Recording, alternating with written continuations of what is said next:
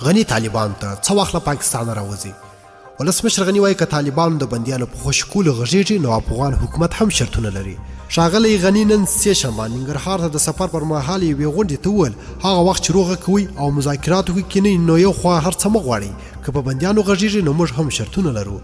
ولسمشر غني طالبان ته د یوې شرط په توګه وویل څه وخت له پاکستان راوځي را دې شي سوله کوو. هغه زیاته کړه له القاعدې شبکې ځان بیلوي او له نورو یې نه بیلوي. اصلي خبره دا ده چې له خارجیانو سره یې منئ چې سوله کوو نو د جهاد معنا څه شوه؟ افغان وژنه جرم دی او له افغانانو سره بېوسي ده. موږ د چا سپکاوی نه کوو. طالبان د دې وطن یوه برخه ده مګر نور افغانانو ته د سپکاوی نه کوي. راشي په جرګې پوه شو او سم اساسي مذاکرات پیل کړو. هغه نن ننګرهار ته د امنیتي وضعیت د ارزولو او د خلکو د ستونزو اورېدو لپاره دغه ولایت ته تللی و. غني زیاته کړه چې د بین الافغاني خبرو لپاره د ټاکل شوي پلایو صلاحیتونه به محدود وي. هغه وویل د پردې شاته فیصله نه کیږي، هر هیات چې ځي صلاحیت به محدود وي او د دې لپاره چې ټول افغانان د سولې پروسې کې برخه واخلي ولایتونو کې به یو لویه مشروطي جرګه جوړه کړي چې هر وخت ضرورت وي په تاسو به غږ وکړو.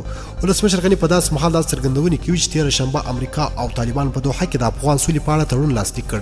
د یا تړون له مخې د بین الافغاني خبرو تر پیلېدو مخکې باید 15,000 طالب جنګیالي او 1000 افغان امنیتي ځواکونه د افغان حکومت او طالبانو له زندانونو خوشي شي. ولسمشر غني تېره یکشنبه هم وویل چې د بندیانو آزادول د حکومت واک دي او په دې اړه هیڅ ډول مخکې شرط او ژمنه نشته. نوموړي همدا راز ټینګار وکړ چې امریکا یوازې اسانتیاوې رامنځته کولی شي خو د طالب د بندیانو د آزادولو صلاحیت نه لري. په داسې حال کې چې ټاکل شوی چې د دوحې د تړون له مخې د روانې کب میاشتې پر دوامه بین الافغاني مذاکرات پیل شي. طالبانو ویلي که د دوی بندیان خوش نشي بین الافغاني خبرو کې به ګډون ونه کړي. ولسمشر غني د ننګرهار له خلکو سره ژمنه وکړه چې د لغمان په ګمبري کې به نړیوال هوایي ډګر جوړ کړي، سړکونه به ورغوي او برېښنا ستونزې به هوارې کړي.